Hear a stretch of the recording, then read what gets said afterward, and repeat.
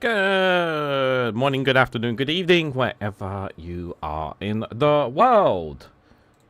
This is Reganelite here. Hello, everyone. How you all doing? I hope you guys are all doing well. Welcome to Reganelite's Watch Along, episode 104 of the series where we watch and react to certain clips online. I got a bunch of variant different ones of different stories, really. I'm going to try and... I want to focus more on world news before we go to some of UK news, depending on how things go. But I want to start by offering my apologies because for some stupid reason, I didn't schedule my videos for Tuesday and Wednesday, which meant that basically the only content that went out was just the live stream on the channel. So somehow I totally forgot to schedule them. So I'm really sorry about that. I only realized today, which is very annoying. So basically it meant I stuck one of the videos out straight away at about 5 o'clock when I realized, when I was going through it. And yeah, I've got more videos than I need. Well, basically just platting them out over the next couple of days for you guys. And the proportional representation video that we kind of touched on this morning, that took half an hour, so I'm going to be putting that out as a premiere video on Saturday evening because it went about half an hour long, that video. So it's going to be a while since I put out a premiere video, but yeah, Saturday night I'm going to put out a premiere video for you guys So if you guys wanted to hang out and mingle together on this channel, you can do that on Saturday. That one there. On the proportional representation story from The Guardian as well there. Let me say hello to who we got in the chat tonight. Billy Kershaw, one of our fellow badgers. Good to see you there. Hope you are doing well. Dare McGuinness, good to see you, my friend. Hope you are doing well. Good to see you there, guys. Make sure you subscribe to the Two Davies YouTube channel. Indeed, there as well. Jow, good to see you there. Hope you are doing well. Dave McGuinness also joined us last week on the roundtable as well. It was a great chat as well. Very much enjoyed that indeed. Looking forward to having Dave McGuinness back on again in the future for certain. Ben Shaw, good evening to you. Hope you are doing well there. And Kevin, good evening to you, or afternoon where you are. Hope you are doing well. And anybody else who may be lurking in the chats. So I want to start with one of the biggest and most popular videos that has come out of social media. For those who have not seen it, it has garnered an insane 57 million views in the last 19 hours. And it is one from the mayor of New York City with the simple title of Benjamin Netanyahu is a war criminal. A very powerful video indeed. Let us listen to it together. Benjamin Netanyahu is a war criminal, the architect of a horrific genocide against the Palestinian people. He is responsible for the killing of more than 73,000 people, for the maiming of tens of thousands of children, as those who survive undergo amputation without anesthesia, for the targeting of neonatal hospitals and maternity care centers, denying newborns even the chance to live, for the countless people he starved as he blocked food and humanitarian aid from reaching them, for the gunning down of hundreds of aid workers and journalists. And just last month, the UN confirmed that Palestinian children continue to be deliberately targeted and killed by Israeli armed forces, more than 8 months after the so-called ceasefire. The list goes on and on, all as we, as Americans, pay for the bombs that do the killing. There is a reason the International Criminal Court issued a warrant for his arrest. As human beings, we have spent generations building a shared understanding that there are crimes so grave they offend all of humanity. Anyone, with their eyes, with their heart, with their conscience, should recognize the devastation he has wrought and understand that he belongs before a court of law. As I've said, I agree with the ICC that Benjamin Netanyahu should be arrested and tried for his crimes, as I do for anyone else charged by the ICC. My administration has reviewed every avenue available under applicable law to determine whether New York City could execute the International Criminal Court's arrest warrant if Benjamin Netanyahu came here. It is clear that we do not have the independent legal authority to enforce this warrant. The federal government, however, does, and I call on them to join the ICC and execute this warrant. And I want to be equally clear. Benjamin Netanyahu is not welcome in New York City, nor is any other war criminal at large.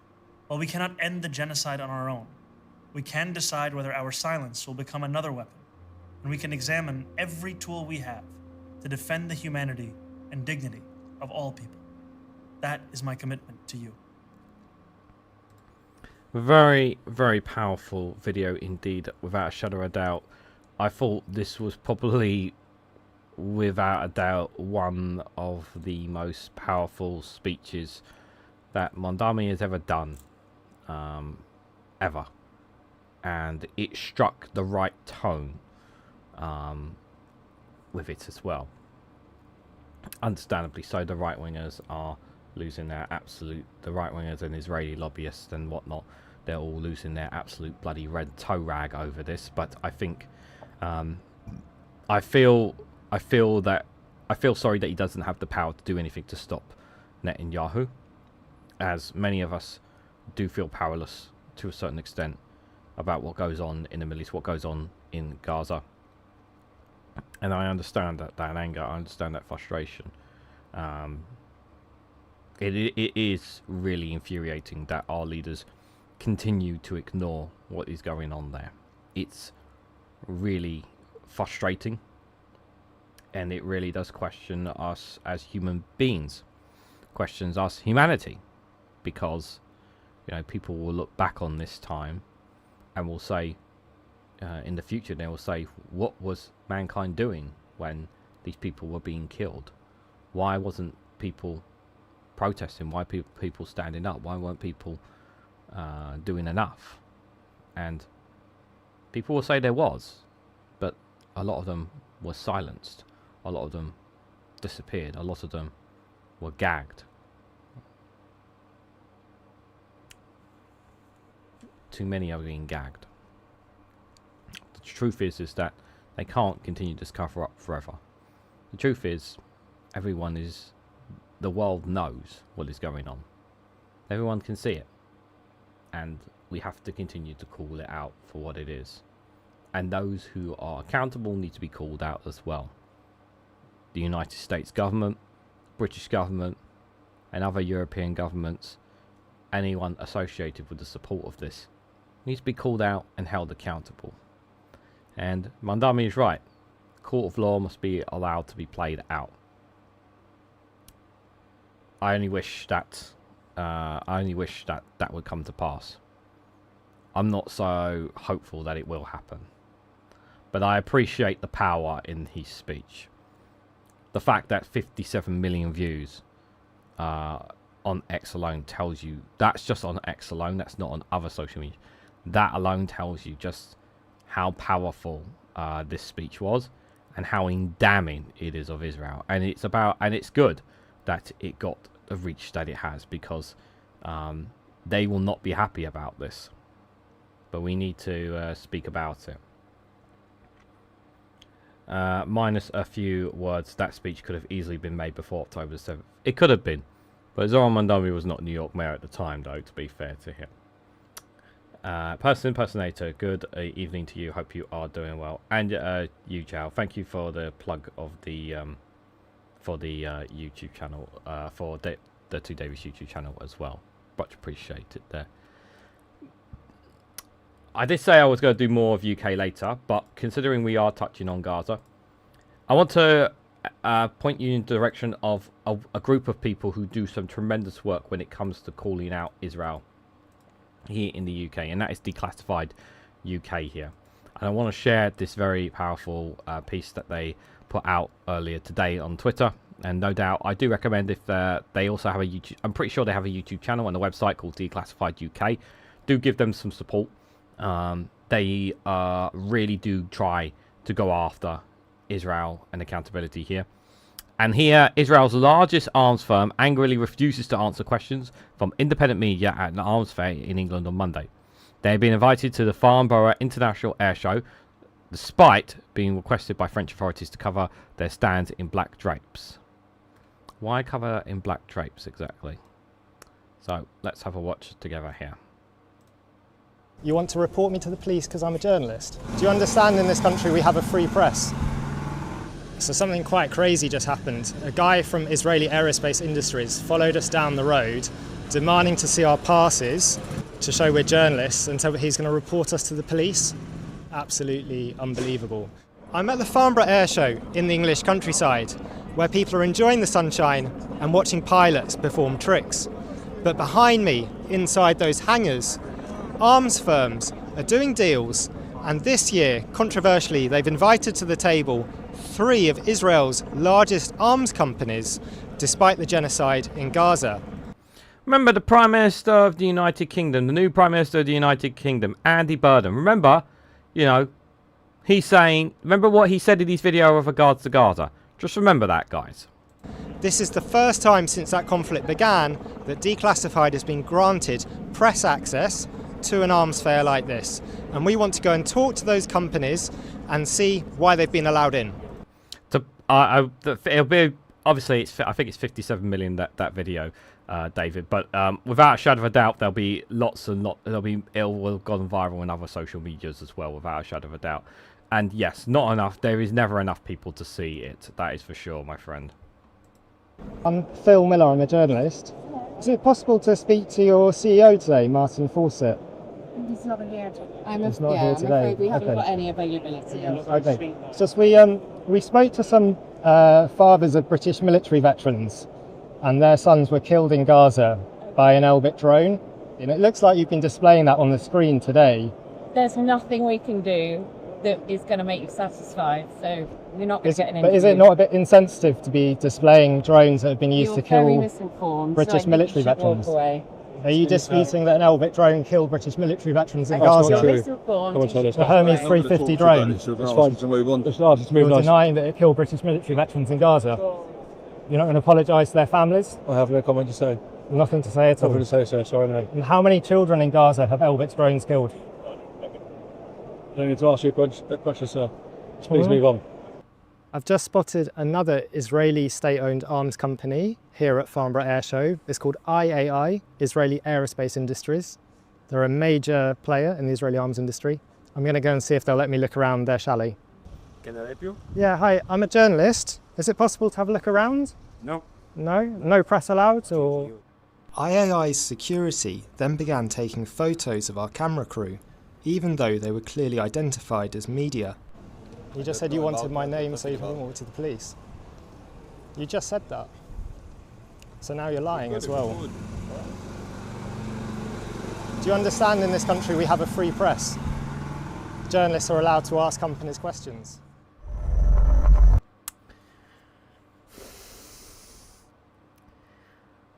Fair play to Declassified UK for the work that they do. Please do check out their work wherever you can and support them, because without a shadow of a doubt, Israeli lobbyists will do everything they can to go after Declassified and stop them doing the work that they do. But I'm glad this was called out, and you do have to answer question, and I do have to answer, why is this still being allowed? Why are we still doing this? Prime Minister Andy Burnham talked about Gaza, talked about how sorry he was for what's going on, and here Phil Mentor asking about, you know, people's lives who were killed by Elbit drones, and there they are being displayed proudly there. How is that okay, you know? And obviously they didn't want to answer the question because they know that what he's asking is the truth. It's absolutely shameful. Absolutely shameful of these people. Absolutely disgusting and shameful. And well done, Declassified UK, and keep up the good work. And again, as I said, do check out their work. They do very, very important stuff. As does this man when it comes to calling out the genocide in Gaza. Controversial man. He does have baggage, but he is a very important one in calling it out. And that is the My Party deputy leader. I don't know what his position is in it, but Jeremy Corbyn. And he has something that is out now for all of us to see. It's out. It's published. The Gaza Tribunal, Britain's complicity in genocide. This is a verbatim account of all the evidence that was given from 29 witnesses to our tribunal, with commentary from myself, from Nev Gordon and Shahad Hamouri, and also a brilliant afterword chapter from Sally Rooney. This book contains the facts about Britain's arms sales, Britain's complicity and the breaches of international law that have resulted in the deaths of over 73,000 Palestinians in Gaza. We examined what went on in this country after the Iraq War through the Chilcot inquiry. It's time to do the same over Britain's complicity in the war crimes of this century in Gaza. So, I don't know if it's going to be available on Amazon, the Gaza Tribunal, but I certainly will want to have a read of it for sure. But yes, that is out, the Gaza Tribunal as well. So again, well done to all the people who took involved in that as well. Again, it's a small step, but it is better than no step, is what I will say with regards to that there.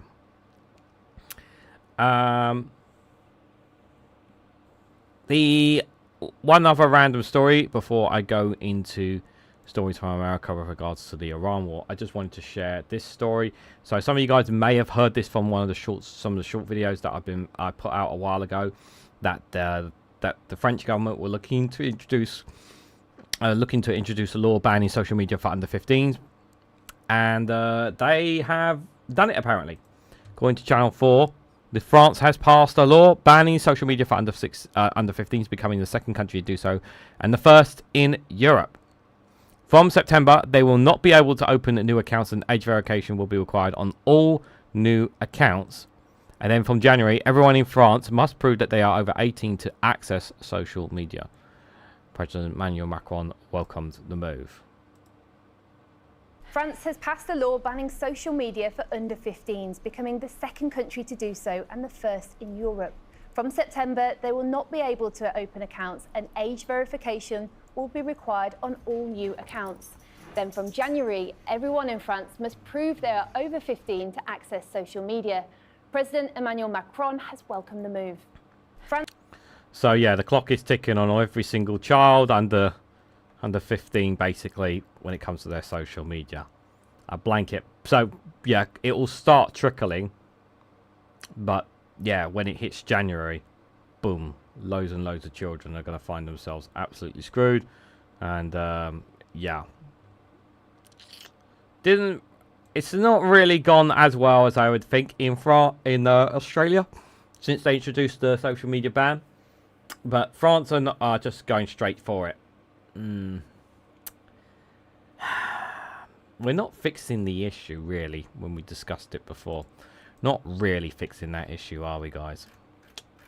Tell you one thing that's not being fixed is the Iran war. That keeps going back, keeps happening and again. You know, you think that these people know what they're doing. You know, you think you know what they're doing. So we're going to check out a couple of committee hearings over in America.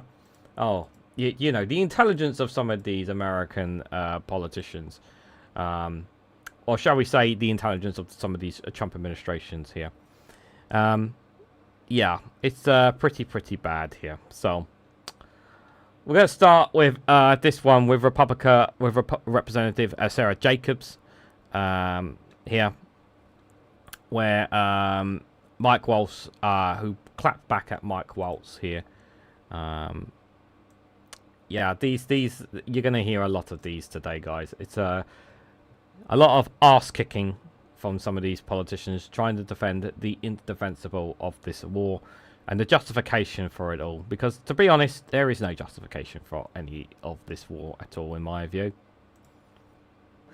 And while they willingly make the sacrifices for our country, it's our job on both sides of this dais to make sure that those sacrifices are worth it. So I wanted to ask you a simple question. Are we better off now than we were before we launched the war in Iran? The obvious answer is no, because the Strait of Hormuz is closed. Global oil markets are not doing well. Everybody is antsy. Well, not just even oil, but other materials are struggling to can't get in and out of that area. So the short and obvious answer is no. And even for America, it's not either. But he's going to try and argue that America has not been affected. I will answer you very directly. Yes, the world and the American people are safer. Safer. That's right, guys. We're safer because of America. We're safer. All of us are much safer, guys. Okay, let's get into some more specifics. Before the war, the Strait of Hormuz was open. Now the Strait of Hormuz is closed. Are Americans better off when the Strait of Hormuz is open or when the Strait of Hormuz is closed? That seems very logical answer, guys. I think let's see. Oh, I think it was better when it was open and that nobody had to pay to go in, and no ships got blown up by water mines or got struck by Iranian targets. I think that's the answer, guys. What do you think? I think that's the answer. But I'm sure Mike Waltz is a sensible man. Surely he can answer a very simple, reasonable question there, right? The American economy is largely unaffected by the Straits of Hormuz. We fortunately, I find it a little bit rich to hear this kind of clamoring for oil and gas when, frankly, your side of the aisle has been at war against the American fossil fuel industry for quite some time. In fact, we had an LNG export ban just under the last administration. But fortunately, because of drill, baby drill, because of fracking, we are largely self-sufficient in the energy space. Okay, so that's where you want to go with this. Okay. Well, my constituents who are paying on average thousands of dollars more a month in costs because of this war would beg to differ that our economy is not impacted by the Strait of Hormuz being closed. But California imports much of its oil and gas, unfortunately, because of its own regulations. Yeah, I want to talk about the national average of gas, actually. The national average of gas before the war started was $3 a gallon. It is now once again over $4 a gallon. You said, actually, in saying that the war was getting better on June 21st on Face the Nation, that it is now below $4 and falling to show that we're making progress, but it's back up at $4 a gallon now. So are Americans better off when they're paying $3 a gallon nationally for gas or $4 a gallon nationally for gas? I don't know. Oh, that's a tough one there, Mike. Oh, I think that's going to be a tough one for Mikey. What do you guys think? Yeah, $3 or $4 a gallon. Tough one there. Americans are better off than not paying the highs of over $5 under the last administration because of that this happened for administration's 2 energy weeks policy. during the Ukraine war. It's been over $4 for more than 3 months just this year. Yeah. Oh, yeah. Oh, it was $5 when the Ukraine war was under the Biden administration. Yeah, that was just 2 weeks, mate. That was just 2 weeks. It's been longer than that. Americans are paying more at the gas pump. Damn, oh damn. 234 Cheek says, we pay $6.25 a gallon. The cheek indeed. Good to see you there. Hope you are doing well. My God, $6.25. What the hell is that? What the hell is that? Absolutely insane. And of course, the most obnoxious know-it-all man of them all, Pete Hegseth. You know, obviously he's going to make the amazing defense of the Iran war and justify it in every single way. You know, they were all silent, these people, on the Iran war when it looked like a memorandum of understanding was taking place, but yeah, that's gone down the pan. That's in pounds, says Cheek. £6.25. I will say this, and I don't want to be tongue-in-cheek, but I'm very glad that my parents switched to electric cars many years ago. That's all I'm going to say. I do greatly sympathise with anyone who is at the mercy of these gas prices. I really do. It's absolutely bullshit. Anyway, speaking of bullshit. Early in the conflict Iran will on never day have a 3, nuclear Mr. weapon. Secretary, early in the conflict, day 3, you said one of those core objectives was to, quote, destroy the missile threat. And as you restated on day 5, to, quote, obliterate Iran's missiles and drones. Those were clearly and repeatedly stated core objectives of the campaign, which 4 months ago you declared had been completed victoriously with every single objective achieved. Were those objectives achieved 4 months ago? That's it. Complete and total victory. That's what they want you to. That's it, guys. We had completed complete and total victory. Or did they?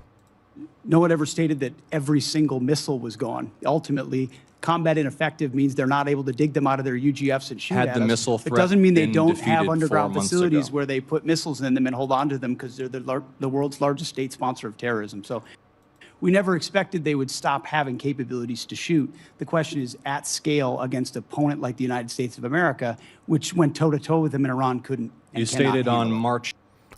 Yeah, just want to remind people that American soldiers have died recently, and quite several dozens have been wounded, and that numbers are going to continue to rise as this war continues to carry on, by the way. Just want the American people to know that. 8th, day 9 of the war, on 60 Minutes, you assured the American people of Iranian surrender. Does that remain your prediction? Ultimately, Iran will never have a nuclear weapon to threaten the United States of America. That has been the objective, and it remains so. So just to review, you will not answer whether your statement made on the 14th day of the war that Iran's military had been, quote, destroyed and made combat ineffective was a truthful statement to the American people as you sit here and ask for tens of billions more for the conflict. Senator's time has Had a expired. historic and effective military campaign against the largest state sponsor of terrorism. Won't and answer will the ensure they question. never Senator get a nuclear weapon, Peters Senator. is recognized. Yep, remember this is them asking Congress for more money, by the way, for the war. For a war that the American people did not vote for, that the Congress did not vote for whatsoever. A war that the Trump administration started at the behest of Benjamin Netanyahu. Let us just remind ourselves of that here. More Pete Hegseth losing his toe rag, and I think toe rag is a good word to describe Pete Hegseth as well.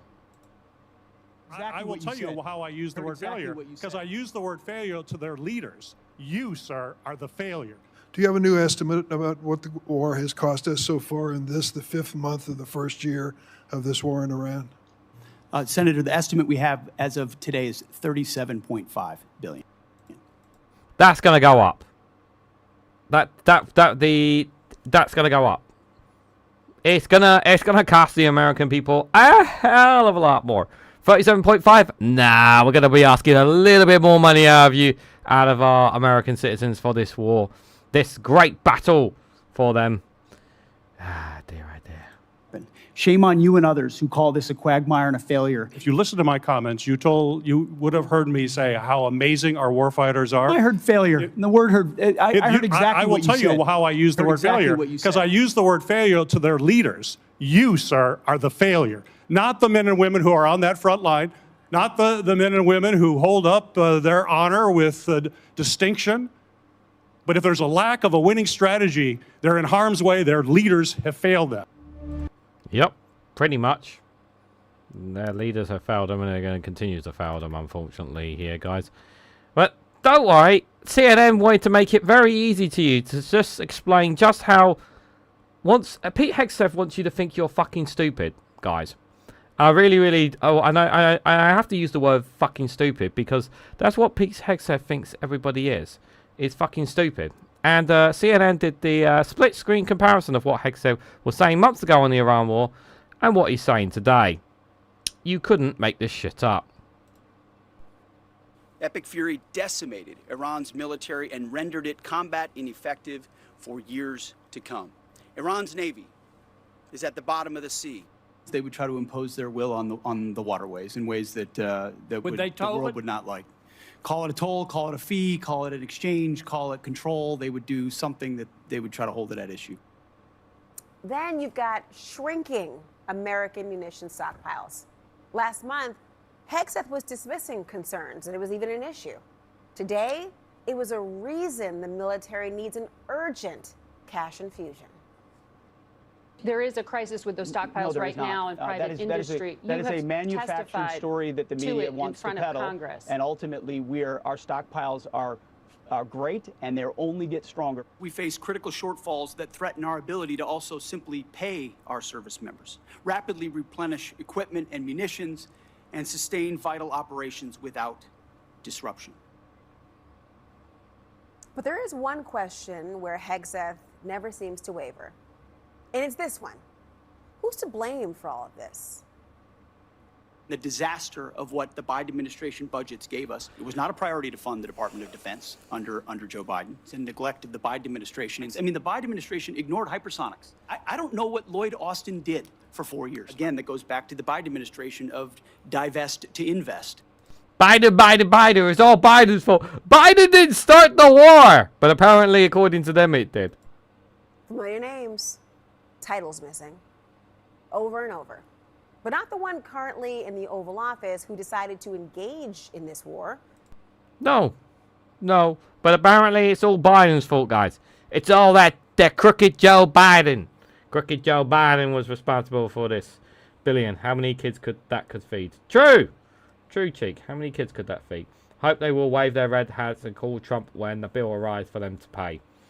Trump will be, by the time this war...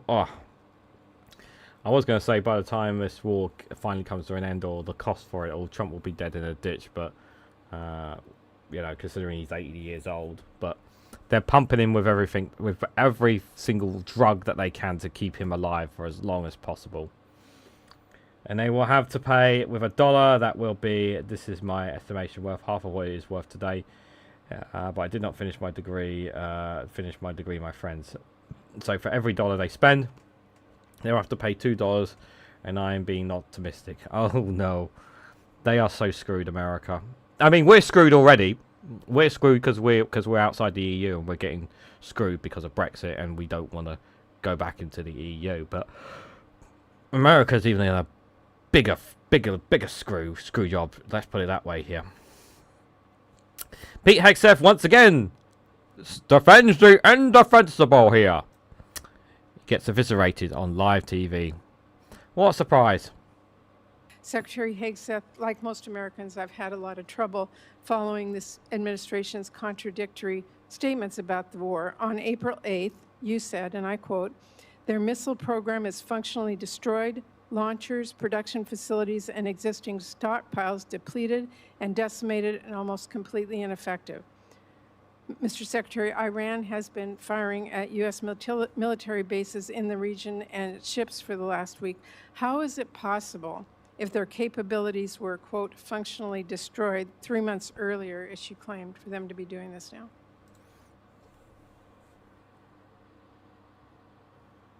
Anyone? We destroyed everything, but they just hit some of our U.S. bases.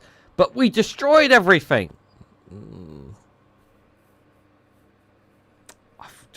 God, I think I detect a bit of bullshit from Pete Hegseth, guys. I think the bullshit detector's gone off the scale again. Senator, Iran is at the weakest point militarily it has ever been in the past decade. Certainly, maybe in 47 years, as they've gathered effectively a terror army. And that terror army was built to try to create conventional capabilities to defend against a pursuit of nuclear weapons, which... By the way, his hair absolutely is shit. My hair looks a hell of a lot better than his.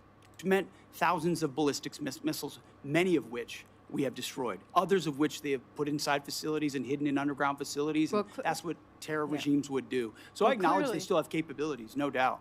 But the amount of damage that we've done to them over the course of these series of operations has put them in the worst place they've ever been. Okay, well, let me move on. On May 5th, you claimed that Iran doesn't control the strait, and you said that there was a, quote, powerful red, white, and blue dome over the strait. If that was true, how did Iran shrink ship traffic in the strait to a trickle again last week? We pushed almost, I believe, between 400 and 500 million barrels of oil under the nose of Iran over the course of Project Freedom, which went underground, which I acknowledged after we did so covertly because it was more effective to do so quietly than to do so publicly. So, yeah, but they still yeah, and what did that do? You actually put the lives of some of those, you put the lives of those crew members at risk by doing that. You actually put the lives of people on those ships to go through that, go close to Oman's shoreline. The American government put these people's lives at risk, legitimately put their lives at risk, by doing so, because Iran could have killed them. They could have killed them. I know 1 or 2 ships were struck as well. It's so disgusting. This is the. I want to remind people. This is the same fuckers that hit a school building full of schoolgirls in Iran and have still yet to come out with a public apology or an acceptance that they are responsible for this, despite the fact the majority of information source says that they are responsible for it. Children. And they still haven't talking about that. That's the kind of shit that Israel does. And we're getting this from the Trump administration. So we've been in control of moving traffic through there for quite some time. Will they retain the ability to recklessly shoot at commercial shipping? And that's what happened. We had a ceasefire, and then they shot at commercial shipping recklessly. Also said, of course they shot at those commercial ships because they weren't authorized to go through the strait. You did it behind Iran's back. Of course they were going to be pissed. You tried to do it behind their back. You told these commercial ships, we'll protect you, you'll be fine, go through, go through, go through, we'll watch you. They were put at risk. Those crew members, their lives were put at risk. Who gives a fuck about the oil in the ships? I'm talking about the human lives here. They were put at risk because of your government's decision to try and do this covertly and not let Iran see it. And you're just like, you think Iran are fucking stupid? That wouldn't see that. Good morning, Stephen. Hope you are doing well. No wonder there's an oil shortage. It's all in his hair. I know. Absolutely bloody disgusting. You know, look at my hair, guys. Look, I cut my hair myself, and even I look a lot better than that. My hair looks a hell of a lot better than that, you know?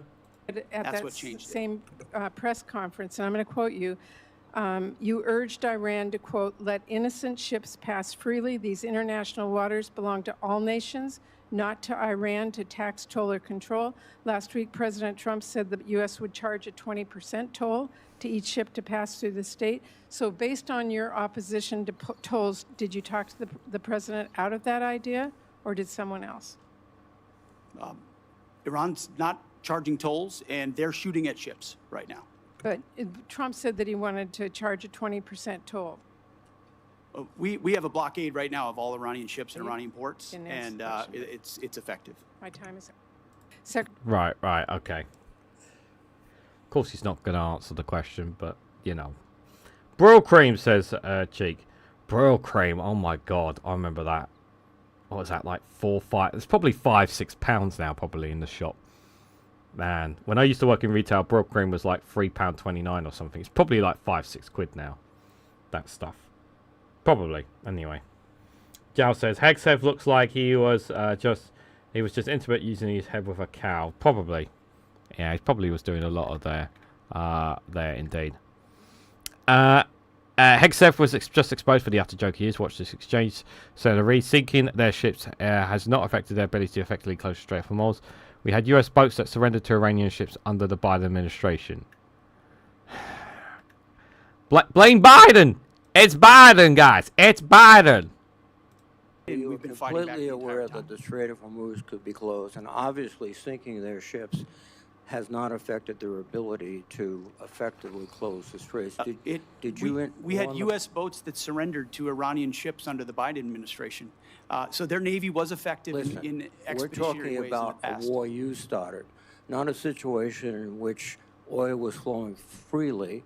There was no conflict. We weren't losing personnel as a result of Iranian actions. So your fallback to the Biden administration is just a very, very obvious excuse for what I think is probably, as you described so often, gross negligence. You did not fully inform the president that you would be in a situation where the Strait of Hormuz could be effectively closed, oil prices could surge, and effectively the Iranians could maintain their ability to strike back as they are right now. They just killed some of our servicemen last weekend. The incompetence of this administration is insane. I don't know. Has there been a more incompetent administration than this Trump one? I mean, it really does show just how incompetent they are. You know.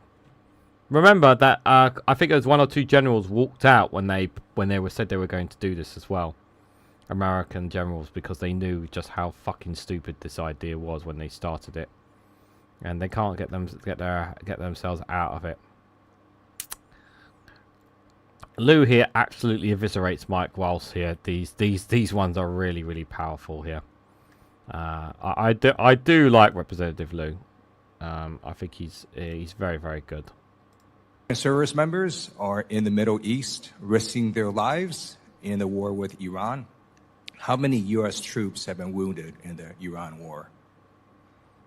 My understanding from the Defense Department's latest numbers is over 100, but about 70% or 90% of those have immediately returned to duty. Okay.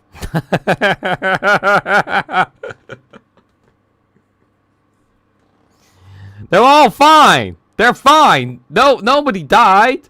Nobody's been injured. They're all fine. Oh, there's just a bit of a bruise here and there, but they're all fine according to according to Mike Walsh. Okay. That number is wrong. According to the Defense Casualty Analysis System, 482 American troops have been wounded. Now, it's not surprising to me that you did not know the answer to that. The reason you are here today and in your position is because you were fired by the president from your former position as National Security Advisor. You disclosed classified information that harmed American pilots and put them at risk. About me. That's your spin, I guess, for your next campaign commercial. I don't know.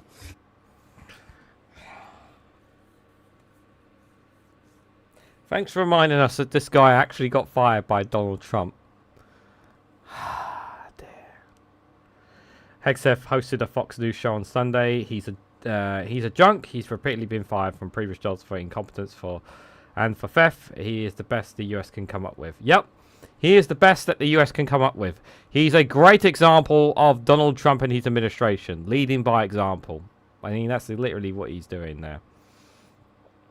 Mel, good to see you there. Hope you are doing well. Craig says hello. Let's hear him get more eviscerated here. How many American troops have been killed in the Iran war? In these ongoing operations, 18. Okay. Now, President Trump has repeatedly stated that Iran's military was obliterated. On March 16th, President Trump stated that Iran's military was, quote, literally obliterated, end quote. How is it possible that 482 American troops have been wounded and 18 service members killed by an Iranian military that's been purportedly obliterated? Anyone? Anyone in the chat? Can anyone make that make sense? I don't think you know. And in all seriousness, yeah, I just want to put something out for serious as we're going to this. Like these are not 18 service members who lost their lives. These are someone's mothers, fathers, sons, daughters, relatives, someone's friends, family, loved ones who are no longer on this earth because of this war. These are not just numbers. These are people. These are soldiers who did their duty, despite the fact that they should not have been in this war in the first place. They did their duty and served their country because that was what they signed up for.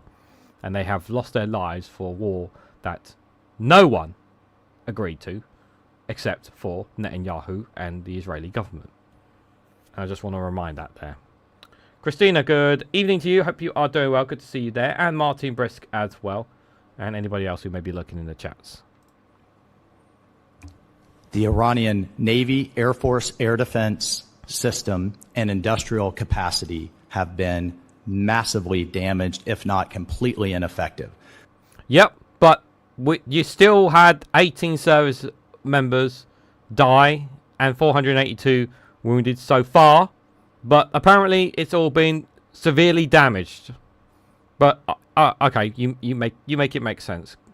But this is a state that is trying to reconstitute. This is a regime that is obsessed with a nuclear weapon, and it's a regime that still maintains some missile and drone capability that it's firing on all of its neighbors, including our bases. I think that's a pretty common sense evaluation, but if I need to explain it to you further, I can.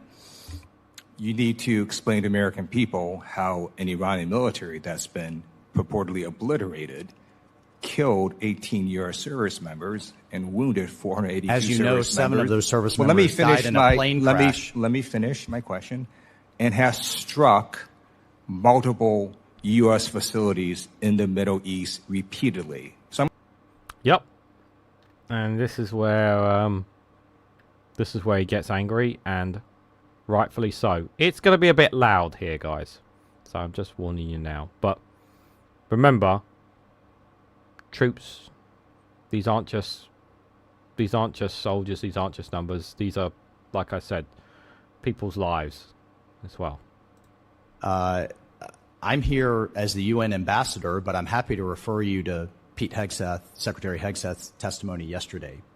Of course, we still have. In your opening statement, you bragged about doing a Security Council resolution on Iran. So yes, Iran is in your job responsibility. Focus on it and focus on the troops that have been wounded and killed. Do not be so callous with the safety and lives of American troops. I'm going to ask you again: Are U.S. troops currently stationed? Are U.S. troops currently stationed in Jordan? Moralized to me. Go back U.S. troops currently stationed in Jordan? Try to get reelected. I will. You should try. November is coming for you and this administration. Are U.S. troops stationed in Jordan? It's not even a trick question. Are they? Of course they are. Okay. With a great ally. And if Donald Trump doesn't trust the Jordanians to protect U.S. troops, do you trust them? Who are we going to have protect U.S. troops? They are exposed right now in the Middle East, repeatedly being exposed to Iranian missiles when they died and missile strikes and drones. You don't even know how many U.S. troops were wounded in this Iran war. Shame on you for not even know basic facts. You are the U.S. ambassador, and you don't even know how many U.S. troops were wounded in the Iran war. You got that wrong. You should be shameful. You don't know basic facts. You should resign. You don't even care about the number of U.S. troops that were wounded. You did not know how many U.S. troops were wounded. You gave false information to Congress. You should be ashamed of yourself for not even knowing how many U.S. troops were wounded in the Iranian war. The gentleman's words should be taken down. You should not use such derogatory language for... He's a fucking moron. Of course he's entitled to use that language. American soldiers have been injured. American soldiers have died.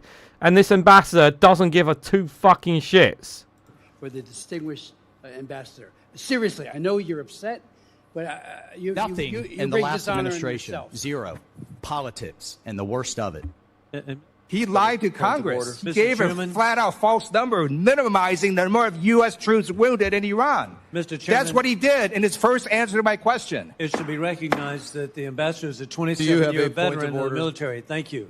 Well, he's also a fucking moron. It should also be recognized that he's a fucking moron, and if he actually did give a shit about his so-called veteran soldiers, he would be giving fundamental facts and numbers, and he would know how many US troops who actually had died. So well done, Lou, there, for calling out this piece of fucking shit that is so-called ambassador who thinks he actually cares about these soldiers. I may not be American, but I certainly care about people's lives, and these people's lives have been scarred, and those 18 lives that have been lost cannot be brought back to life. And I wanted to remind people of that. It's absolutely disgusting. It really, really is. Speaking of another person who doesn't give a shit about American soldiers and what's going on over there, is Donald Trump. I only have one clip of Donald Trump to put forward to you guys. There was another one of him and Pete Hegseth paying their so-called respects to the soldiers that came back in coffins. So-called respect. I'm just going to say there. Donald Trump sounds like a sociopath in his comments about fallen soldiers. Aaron is very good with his clips. If you're on Twitter, definitely follow him.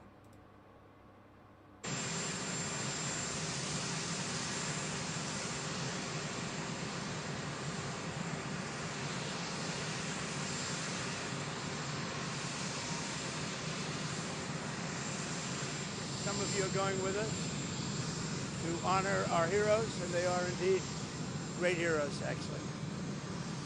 They said, and all of them said very strongly, we cannot let Iran have a nuclear weapon. They won't have a nuclear weapon. So we're going to honor them. Do you have an update on the investigation as to how they were killed in Jordan? No, they're doing that. That'll be released. You know what? It was Iran targeting barracks. I don't know. Well, they're going to pay a big price. They're being decimated. Is that report inaccurate? Yeah, please. Sir? Say to families of these fallen soldiers, when Americans are wrongly against this war, how do you ask them? Well, Americans aren't against the war. A poll just came out. Americans don't want high gasoline prices, but they're not against the war. Yeah, apparently Americans are for this war, guys. You know, sure, Donnie, sure. That just came out loud and clear in a poll. Nobody wants Iran to have a nuclear weapon. Do you want Iran to have a nuclear weapon? I don't want Israel to have a nuclear weapon as well, but we don't seem to be wanting to have that conversation either. You think it's good? Go ahead. Well, all I'm going to say is we love you, we love your child, and that's what they are to them. They're their children. There's no games, no nothing. That's their child. And all you can do is throw out your heart. Thank you. Thank you very much. Seriously, like, just absolute no care whatsoever or consideration for the for these people. Really, just so disheartening, chap. So disheartening. Bollocks, they said that, says Cheek. Yeah, absolutely. By receiving the bodies of the fallen, they shamed them.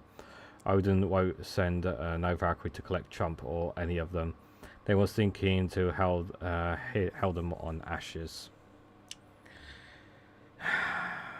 Bollocks, you were voted on No More Wars. Yep. Yep, thank you for that reminder as well.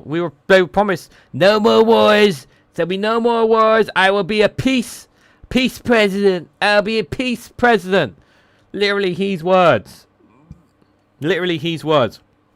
Actually, you know what? Actually, I'm going to pull up a tweet that really aggravated me before we switch to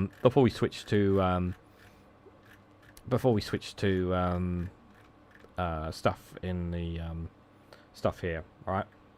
This out of all, you know, I don't normally share this, but share tweets because I just like, you know, I've got better things in my life. And normally I don't respond to tweets either. But this one really antagonized me for a lot of reasons. Donald Trump tweeted this, I think this was yesterday. And he said, Afghanistan war, 20 years, 2,000 dead. Iraq war, 9 years, 4,600 dead. Vietnam war, 19 years and 5 months, 58,220 dead. Korean war, 3 years and 1 month, 36,574 dead. Venezuela war, 1 day, 0 dead. Iran's military conflict, 4 months, 18 dead. He's comparing the fucking dead.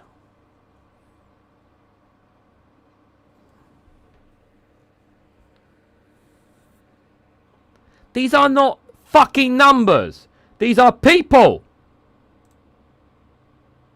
These are people.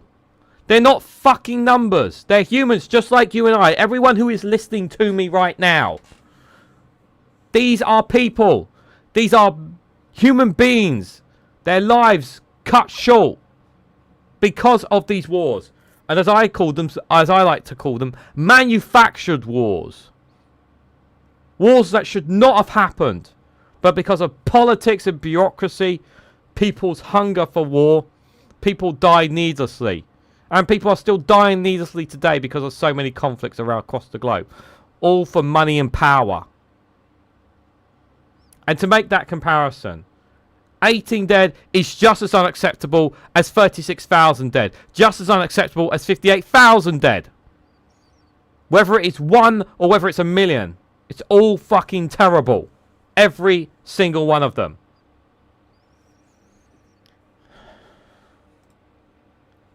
Need to get it off my chest. Apologies for that. I think we need to lighten the mood. Yeah, we definitely need to lighten the mood, guys. So let's start with some.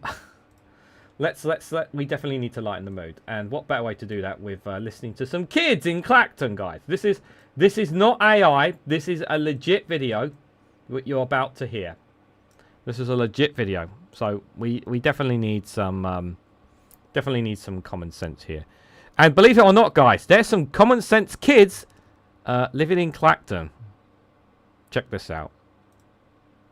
Nigel Farage just done nothing to Clacton. Yeah, it's just got worse and worse. Like he's got millions and millions. He's got millions and millions, yeah, but it just like don't work. Like he don't do nothing. But he's just airing out Clacton. He's coming here for like a day, yeah, or a week, doing nothing. He's abandoning his his office next to the arcades. He's just a waste. Like he's a wanker. That's what he is. He's done nothing at all. Nothing. What do you make of his policies on... Well, he's a racist little... He's racist. That's what he is, he's a racist. What makes you say he's racist? Because he is, though. Like, he makes people racist. That's all I'm saying. He's a grey-haired bastard. That's what he is. Nigel Farage... I like these kids. I think these kids... I like these kids. You know, fair play to these kids. You know, you gotta love it, guys. Oh, that's the best thing I've heard out of Clacton today. Unfortunately, they cannot vote, guys, so I'm very sorry to say that. But, no bad, getting better at ranting, says David Guess. I just, like, I don't like it, you know. I don't like ranting. I don't.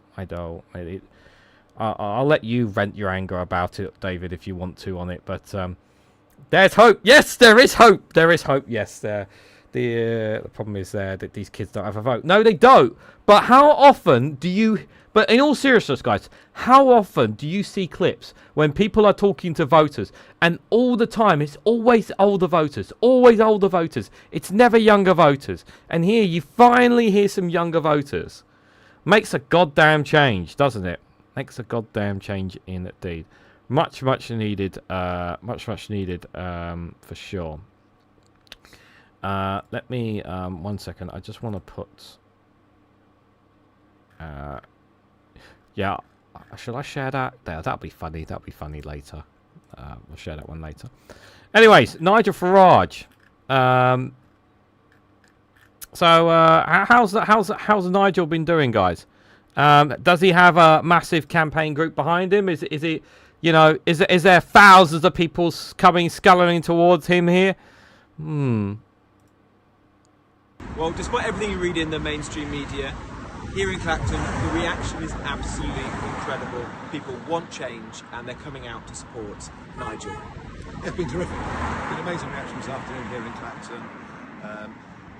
You know, I can see now why the Conservatives and Labour are not putting up candidates, because they just know they get crushed. But we've got the by-election. It's an opportunity for people of Clacton, frankly, to stick two fingers up to a media, a political establishment that has gone way beyond the bounds of normal political debate and criticism. And yeah, you know what? I love it. Very good. Well, if you're a Reform supporter, come out. Every day is an action day. There's plenty to do to get Nigel elected. Thank you. Yep. Get out there and save him from the bin. Remember, it's Nigel Farage versus the bin.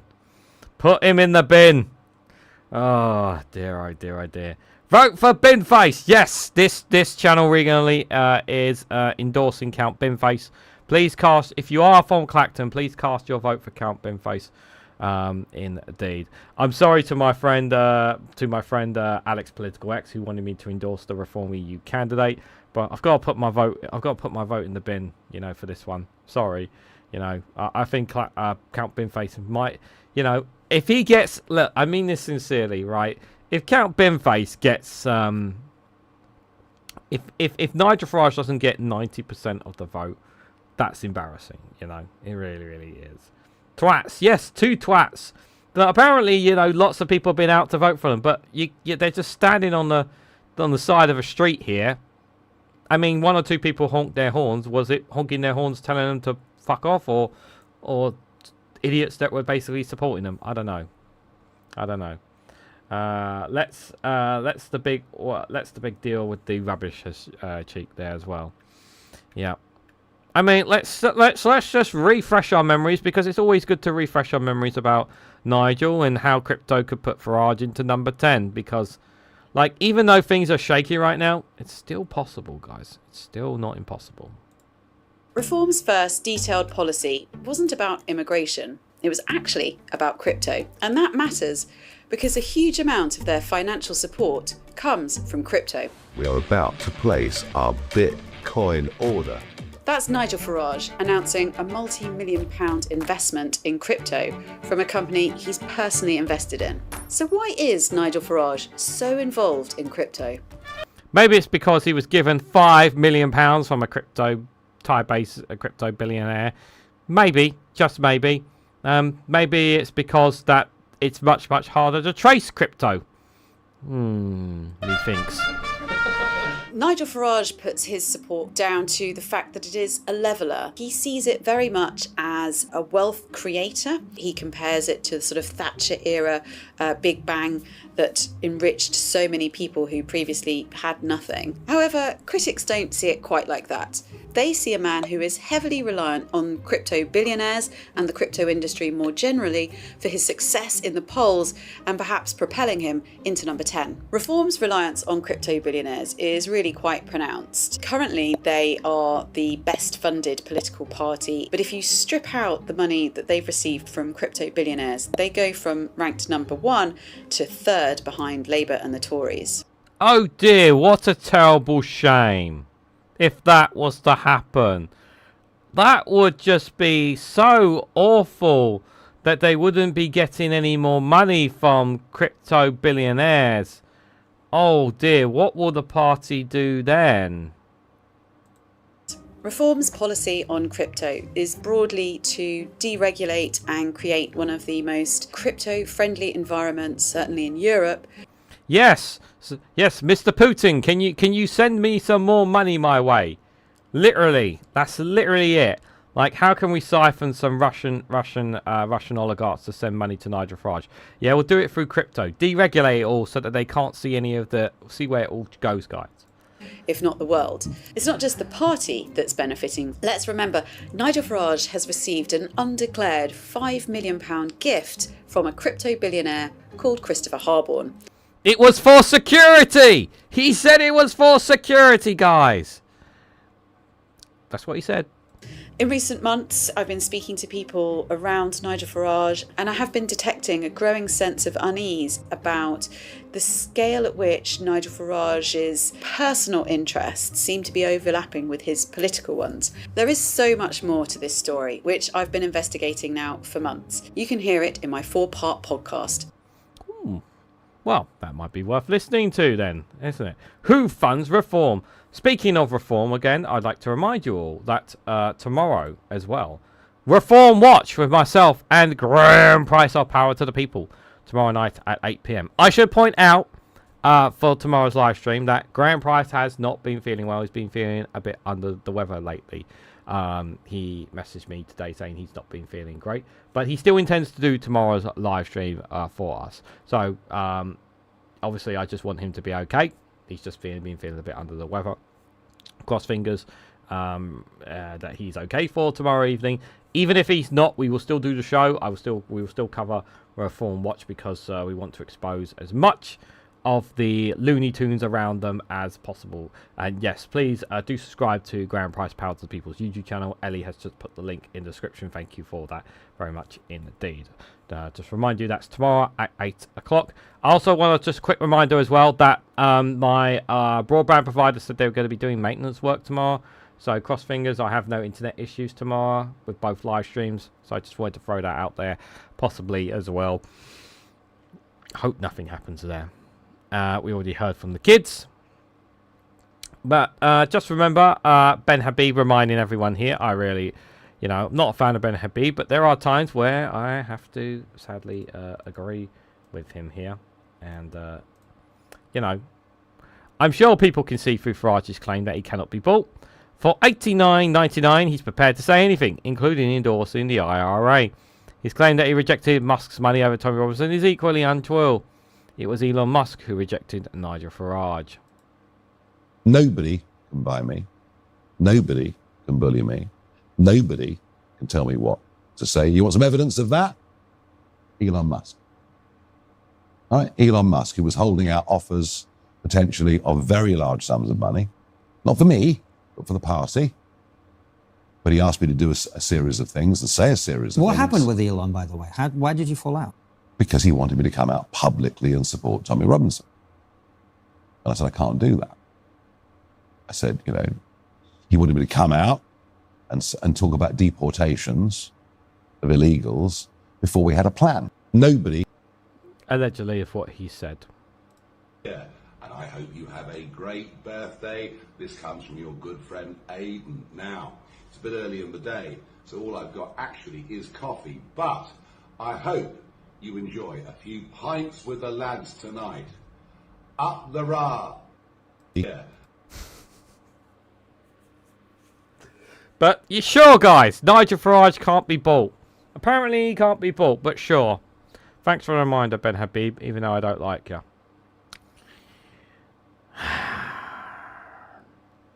When a real election happens, that's when the Green Party will be standing the candidate.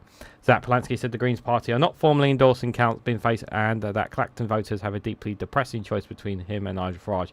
Unfortunately, Zach is a bit of a party pooper here. He will not endorse Count Binface, which I have to say I'm a bit disappointed in him, chat. Nigel Farage has got his by-election coming up in Clacton. I don't think you have yet encouraged Green voters to back Count Binface. Are you going to do that? No, I think it's... I mean, I know there's a laugh about Count Binface. It's not a laugh, but I mean, the Liberal Democrats are encouraging their supporters. I just think if I'm a person in Clacton, I think it's deeply depressing that they've either got someone who took allegedly a £5 million gift, or they've got a comedy character. So, but you're basically saying Nigel Farage is coming back to Parliament then? Well, when the real election happens, which is when there's a proper by-election, then the Green Party will be standing a candidate, and I'll encourage everyone to be voting Green. Zach, as always, very, very good to see you. And I should just point out that there are more than Farage and Count Binface standing in Clacton, and you can see... Yeah, John Stevens there, rejoin EU. Sorry, like, I am behind the... I am behind the Count Binface group there, so I am sorry. But there are two candidates for the Montserrat Looney Party as well, guys. You can see there. Baron von Thunderclap, Howling Lord Hope of the official Montserrat Looney Party. Two of them as well there. There. And someone who's got a party called the British Democrats, called Kai Stevens. British Democrats, that's a interesting one there. As an MMP, he hated the EU. As a UK MP, guess who he hates? Don't think he likes bins, that's for sure. I don't think he likes bins for sure. But don't worry, guys. Count Binface is on the case. Hi, Count Binface here, and I'm raring to go for the Clacton by-election. And my goodness me, there's no less than 34 candidates for this electoral feast. It's gonna be epic. In fact, it's gonna be like Comic-Con up on that stage, but then I didn't let the genie out of the bottle. I haven't called this election. Somebody else has. Now here's a little factoid for you. This is my 8th election on planet Earth, and I understand there's a tradition for Clacton candidates 8th time lucky. So how about it? Here's to a positive campaign showing the very best of democracy. May the best life form win and make your votes count. Yes, make your vote count by putting it in the bin. Put it in the bin, chat. You must put your vote in the bin. For the sake of us all, put that vote In the bin. Indeed. Indeed. Zach, you silly person. Yeah, he is a bit silly. He is a bit silly for sure there, indeed. Guys, we've still got a couple more clips here to share with you guys. I just want to remind you, guys, if you want to financially support me, I do have a super chat goal. If we do hit that super chat goal, I will play the super cool super chat video, which I know lots of people like, because if you like fireworks, you'll definitely like that video, but only if we hit today's super chat goal, which is very unlikely to do so. And you could also join the membership as well for as little as 99p. Being a member gets you access to early content that I've already put out. Some of it I've already uploaded that is available to you right now as members. So do consider becoming that as well. And you also get access. The best part about being a YouTube member, guys, is you get to see pictures of Dolly and Jasper, the cats who live with me. Absolutely the best thing. Community members post every day at 12 p.m. You also get a picture of Dolly, of Jasper, or maybe both of them together. But you are guaranteed a picture of the felines as being a YouTube member. That is the best part about being a YouTube member, as well as the custom emojis. You do get them as well. So do consider becoming a YouTube member. It does help financially support me and the work that I do here, just for reference. So Nick Ferrari decided to kick up a fuss. Of course, grumpy old Nick Ferrari, he would complain about hosepipe bans.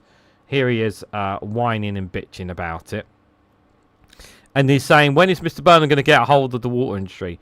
Obviously, I know he's getting on, guys, but surely he understands that he just literally got in, you know? Hosepipes are unnecessary. Well, how is my gardener Reg meant to get down to the bottom of the garden? To water everything? What's he meant to do? Carry a watering can? He can't carry a watering can. All he'll be doing is walking up and down the garden with watering cans. That's ridiculous. Oh no, your poor plants. Oh no, your poor plants, Nick. Whatever will you do? When is Mr. Burnham going to get a hold of the water industry? He's literally just been made Prime Minister, you fucking idiot. But sure, you know, he's only been, what, 2-3 days as Prime Minister? What has this man been doing? He's been Prime Minister for 3 days. Why hasn't he fixed everything? Ah! Literally. Like, how fucking stupid do you need to be to understand that he's only been Prime Minister for 3 days? I'm sorry. Like, I know people are against Labour and against Andy Burnham. I'm not his biggest fan either. But Jesus, alright. Jesus fucking Christ. Come on, man. You know, again, I know Nick Ferrari's getting on, but surely he would have enough brain cells to understand this little concept of, you know, time. You've got to give people time. Come on, I know I speak for so many of you. It's a vast amount of money that I don't think there's a chief executive of a water company in the land who makes less than about £700,000 or £800,000. Many of them make north of £1 million because of various bonuses. In some instances, you count the profits. You count the takings. I'm sorry, the takings. This is the one little bit actually where he does talk a bit of sense. In thousands of millions of pounds, every now and again they'll get a fine for 60 million, which is just an operating cost, as they continue to put out, in some instances, not all, poisoned water. Mm-hmm. And now they say we can't water our gardens, and we can't water our plants and our flowers. Why should there be a hosepipe ban? I tell you what, the pay of water company chief executives should be linked to the quality of the water we receive. When the water gets switched off, as it does so often in parts of Kent and Sussex, their salaries get cut off, right? Yeah, I'm happy to do that. Oh, you can't run the water in this area? Sorry, you can't get paid. Sorry, we're cutting off your salary. That sounds fair to me.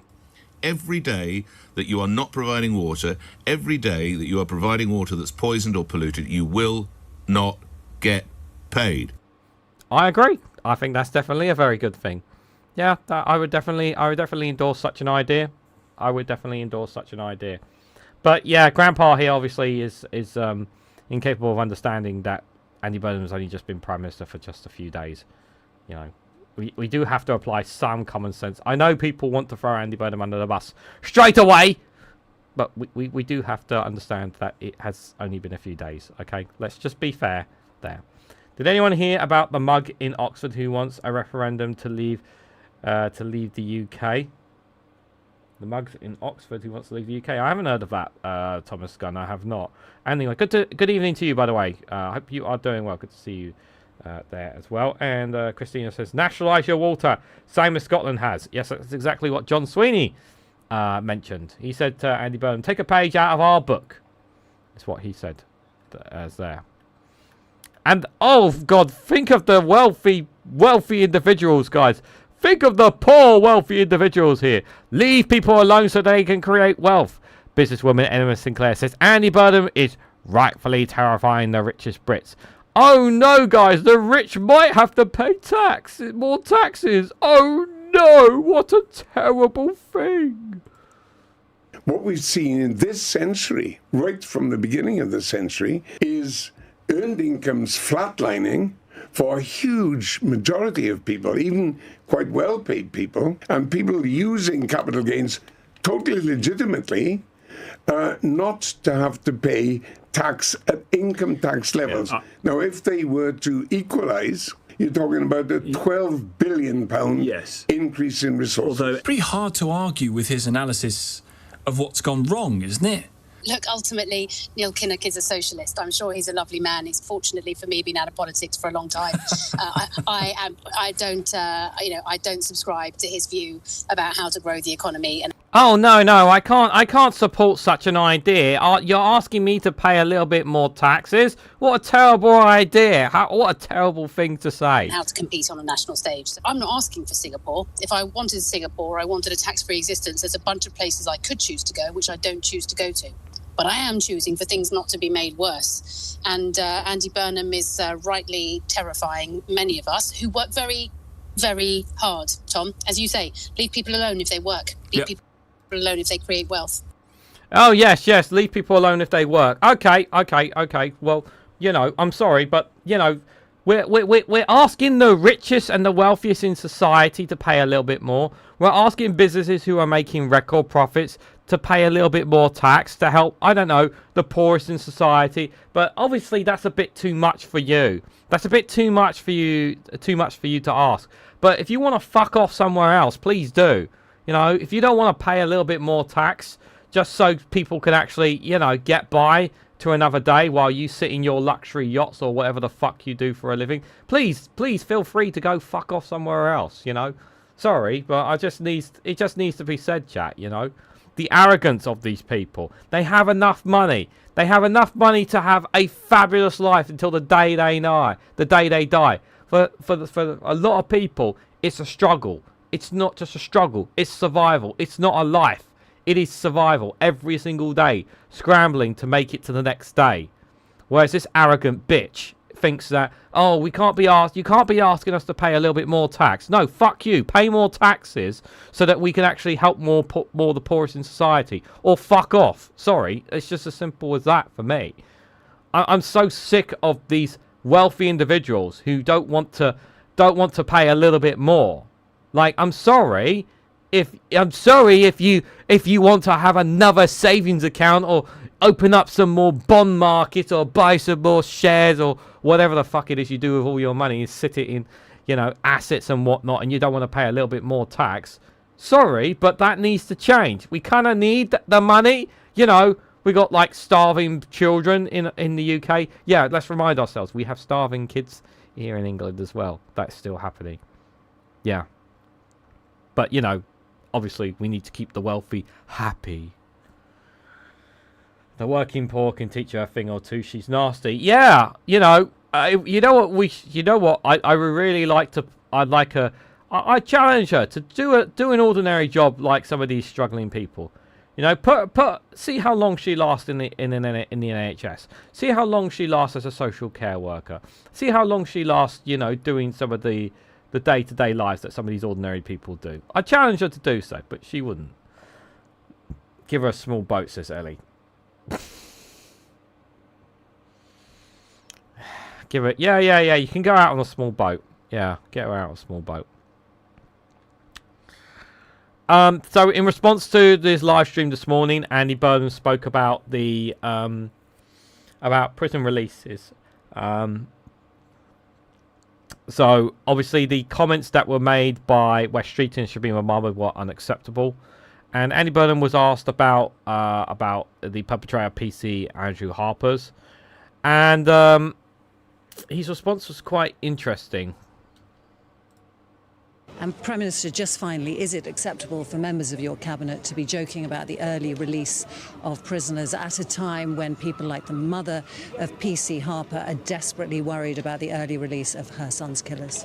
No, it's not, and certainly that's been acknowledged and apologies have been made. On the broader issue, I feel for the family it's an appalling crime that was committed. The main perpetrator will not be subject to any early release. Of course, others involved have potentially been identified, but I've spoken to the new Justice Secretary. We will review the policy together and make further statements in due course. So they're going to review the policy, and I think it's a good thing that they do look at the policy with regards to this, but it's also worth reminding ourselves that we may come to the clip in a bit, but it's also reminding ourselves who left us in this situation in the first place. John Sweeney, I did mention John Sweeney, didn't I, guys? Congratulations to Andy Burnham on becoming Prime Minister. He's the 7th Prime Minister in just 10 years, and he's right to acknowledge that Sorry about the sound, I hope it's okay, guys. Westminster has failed Scotland. If Andy Burnham is serious about taking power away from Westminster and putting it into the hands of the people of Scotland, he'll find in me a willing partner. I want to see early progress on real powers to grow our economy and to improve living standards, including putting Scotland's immense energy wealth in Scotland's hands. Andy Burnham has made a lot of big pledges, like bringing in public ownership of water and rail services. Well, he can look to Scotland for inspiration in how to deliver these things, because they are both already a reality under the SNP. And since we won the election in May, we've been working harder than ever to make Scotland a better country. We've opened more GP walk-in centres, helping more people get the care they need at a time that works for them. We've launched the First Homes Fund, delivering more support for first-time buyers. And we're working to cap bus fares at £2 across Scotland, putting more money in your pocket. I wonder where Andy Burnham got that £2 bus fare cap idea, chat. That's real progress, but ultimately, the best future for our country is one where all decisions about Scotland are made here in Scotland, and that's exactly what I'm working to deliver. Scotland is on a route towards independence. Most polls have support for a yes vote in front, and people in Scotland have made clear they want a choice over their future. Right across these islands, the political landscape is changing. In Scotland, Wales and Northern Ireland, there are now First Ministers committed to independence from the UK.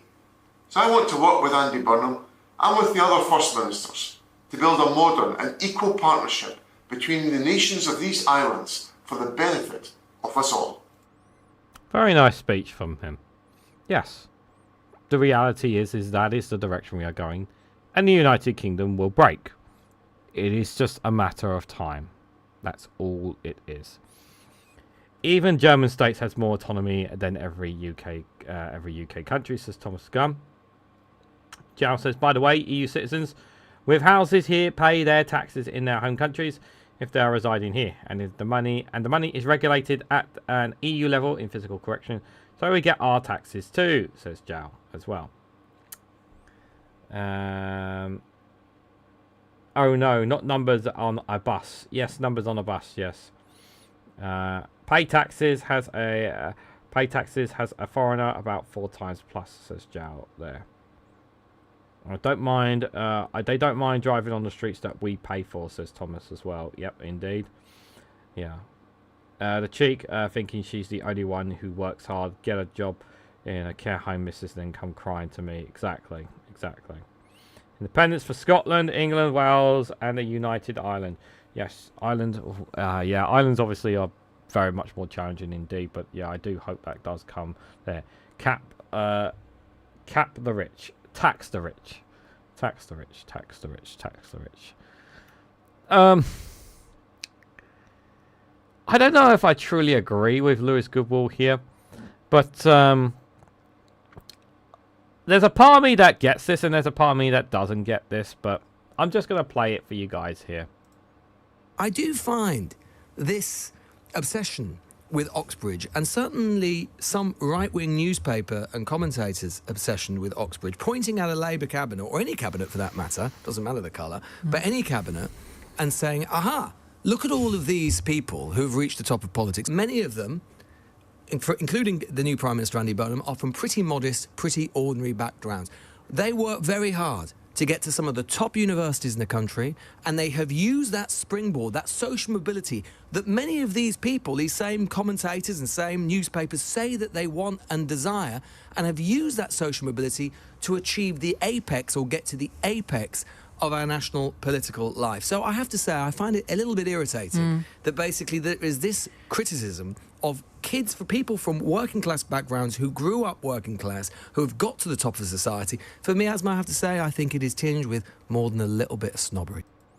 Well, I have to say, quite the vast majority of people in that cabinet are, you know, they all went, the vast majority of them were privately educated. The vast majority. I think only maybe one person in the cabinet, at the top of that cabinet, was through state school, but every single one of them was privately educated. They were all privately educated there. So, you know, I think that, you know, the fact that we don't have anybody, like, I would like a Prime Minister that wasn't privately educated, that came through the state school system and actually understood from a state perspective, rather than getting fast-tracked. Because it is, the private education system is a fast-track system. Yeah, and a lot of them from, as he said, a lot of them are from Oxbridge. Okay, I can understand that, but yeah, there's a part of me, it's just like, I get where he's coming from, but at the same time, like, they're all, the vast majority are privately educated as well, so. So, remember when I was talking about the, good God, this is going to infuriate me. I'm going to blow a fucking gaslit with this one. This fucking woman and her party. This really angers me. This is really, I'm going to play it and then I'm going to rant after, because, yeah, it's just going to blow my gasket. That is the vote. I'm going to vote now. And I'm doing this for you and all of those victims who, this should not be happening. I'm completely against it. I'm sorry I had to rush off so I don't miss it. But I want you to know that this is something that we care about and we're going to keep fighting. Thank you, ladies.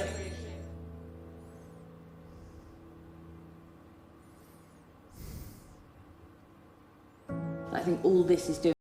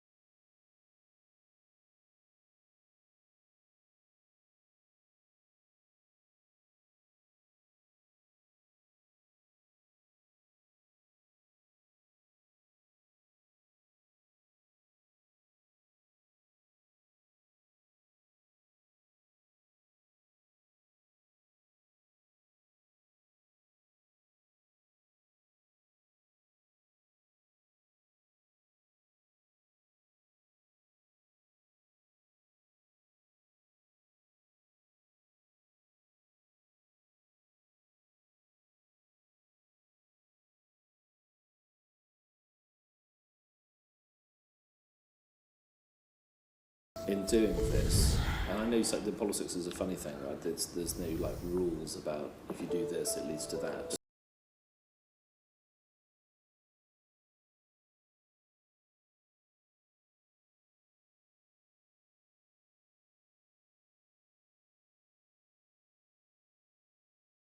Yeah, that is what I'm trying to say.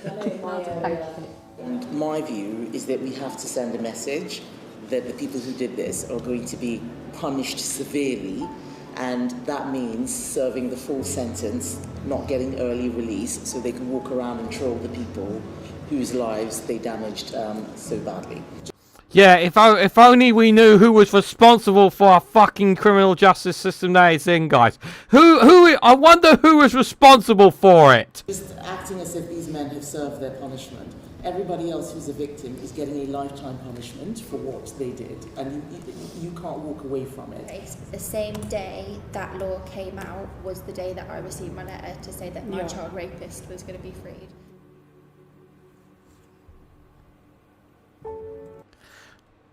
Look, let me make something very, very clear here, okay?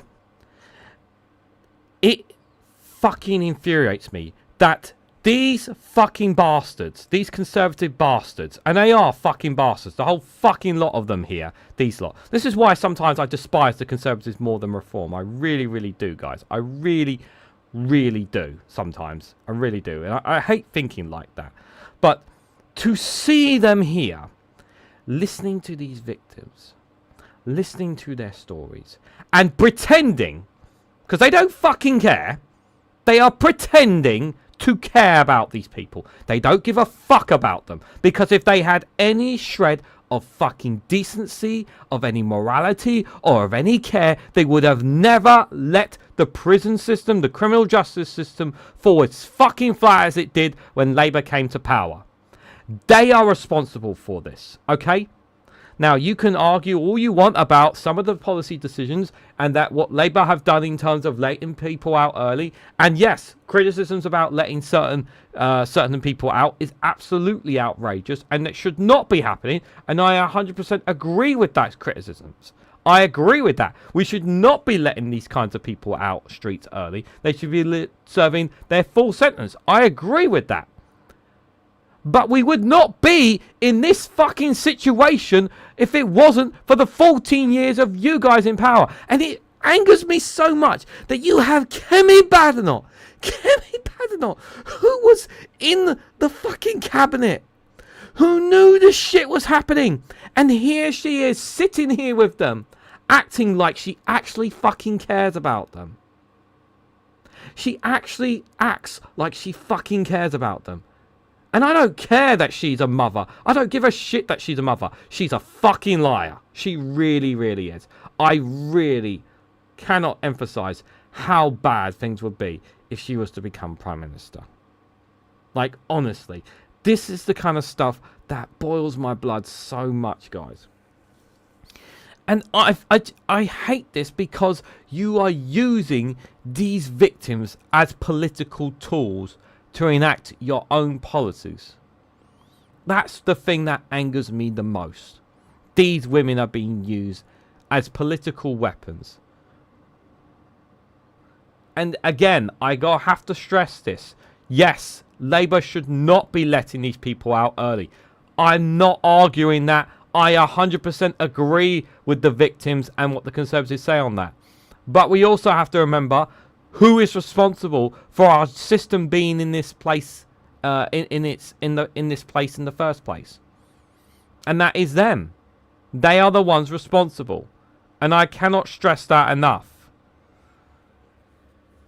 It's so frustrating to me because it hurts me to see these victims.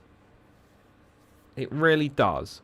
Because of what they have had to go through, their ordeals. Every single one of them have their own story. And they just want to have some... They just want to be able to live their lives at peace, you know.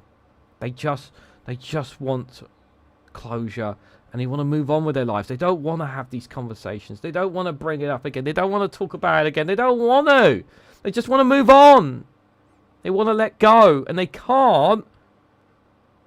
Because the Conservatives fucked up our system and Labour are pulling levers they should not be pulling. But again, we have to point out that they are pulling some of these levers because of what the Conservatives did. And these are the same people who are sitting here listening to their stories, pretending to care when they knew exactly what they were doing. And I can't stress enough how upsetting that is. It's so upsetting.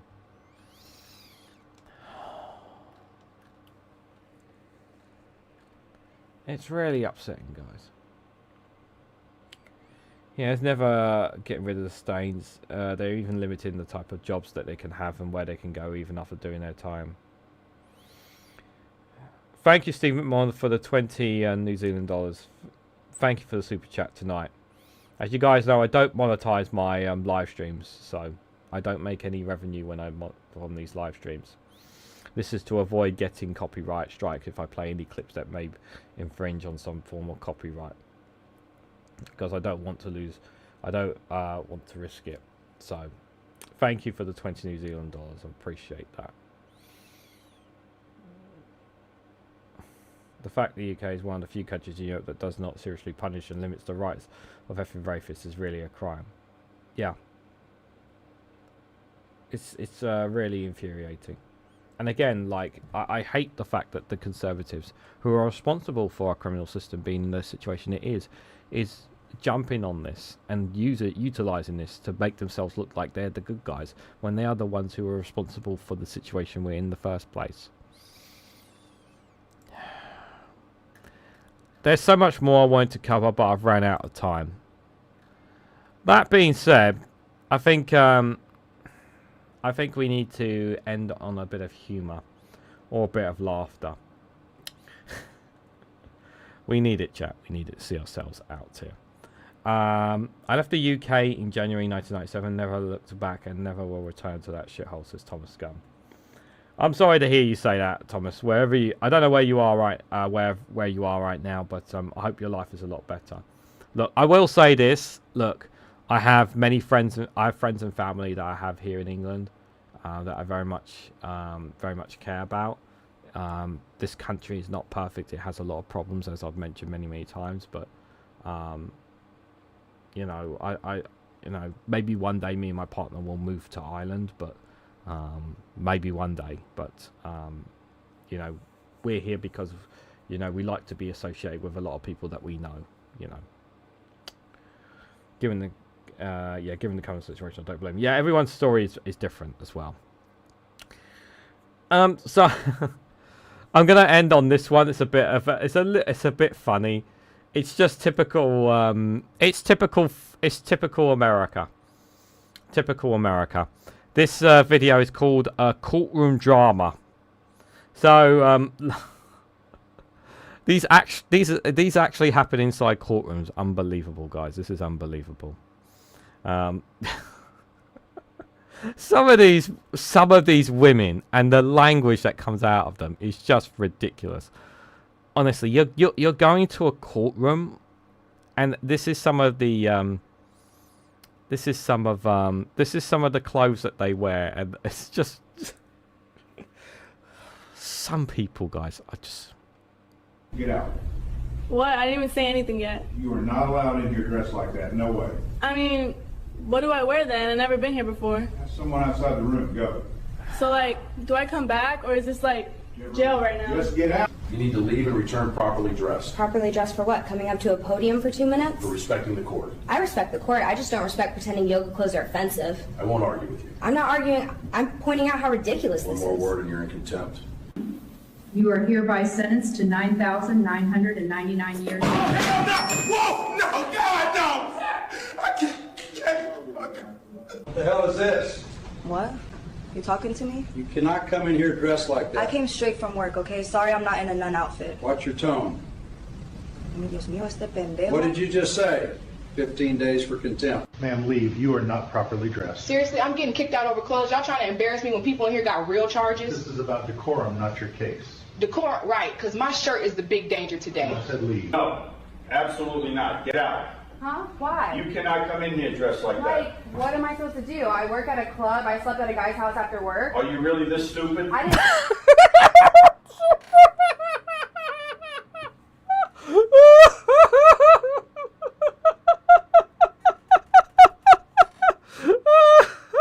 The judge, are you really this stupid?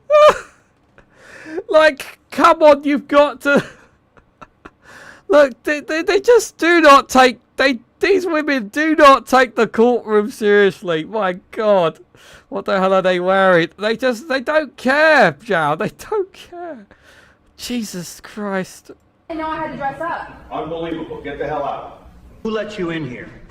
I just walk in. What do you mean? You cannot be in my courtroom dressed like that. But why? I saw no sign, no paper, nothing saying what to You wear. should already know this. I moved here 6 months ago. I It's don't know common your rules. sense. Just It's get out. common sense. This court sentences you to 118 years in the state prison without the possibility of parole. Oh, hell no. That shit ain't right. I ain't coming out. Yeah. Forging 118 years. No parole. 118 years. Damn. I don't know, guys. I don't think he's going to make that, you know. Cashing fraudulent checks totaling over $300,000, this court sentences you to 17 months in state prison. What you want me to say? Being broke wasn't an option. I made $300K and I enjoyed every dollar. Fuck the system. Get the hell out. What? Why? I just got here. You cannot come in here looking like that. So what am I supposed to wear? A turtleneck? Anything but that. Great. First time in court and I'm already getting kicked out. Leave. I guess fitness is illegal now. Jesus fucking Christ.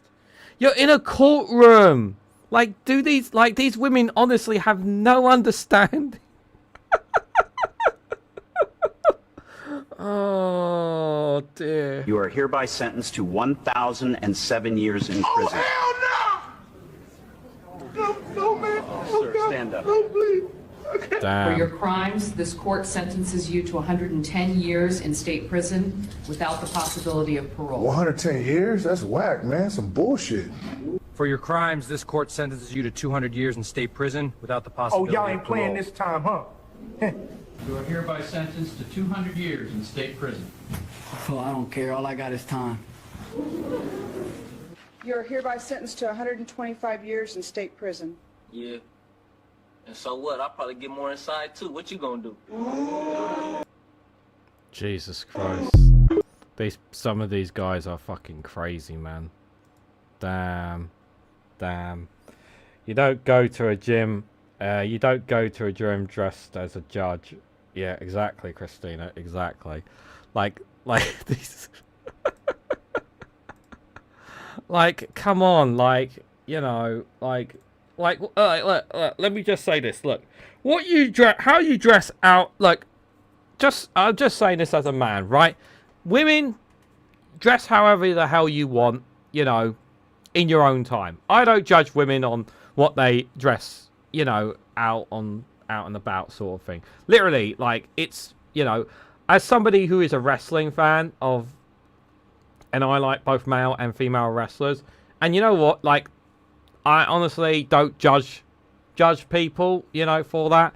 But when it comes to a court of law, when it comes to something serious, as in when it comes to the law, like, you need to be a little bit more appropriate, you know. It's disrespectful to go in like that, you know.